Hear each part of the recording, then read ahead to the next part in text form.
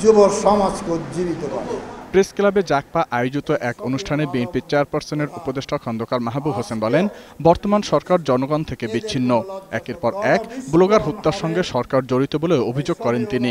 আজ পর্যন্ত একটি হত্যাকাণ্ডেরও বিচার হলো না, হত্যাকাণ্ডের কারণ উদ্ঘাটন করা হলো না।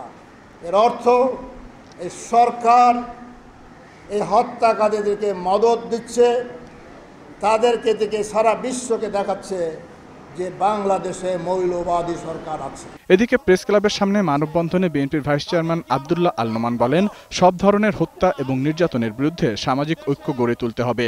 আজকে যে শিশুদের ধর্ষণ করা হচ্ছে, এটা শুধু ব্যক্তিকে শাস্তি দেওয়া নয়, এই সরকারের অযোগ্যতা, এই সরকারের আইনের শাসনের প্রতি তার যে কোনো নৈতিক ভিত্তি নেই, সেটা আজকে প্রধান কারণ। তাই আমরা সরকারকে অপরাধী বলতে চাই। অন্যদিকে মাগুরায় মায়ের পেটে গুলিবিদ্ধ শিশুকে দেখতে গিয়ে বিএনপির স্থায়ী কমিটির সদস্য মাহবুবুর রহমান বলেন, শিশু নির্যাতনের বিরুদ্ধে আন্দোলন গড়ে তুলতে হবে। যারা শিশুকে হত্যা করছে, নির্মমভাবে তারা হত্যা হচ্ছে, তারা পাষণ্ড, তারা কোনো দলের না। জসিম জুয়েল, 21 টেলিভিশন, ঢাকা।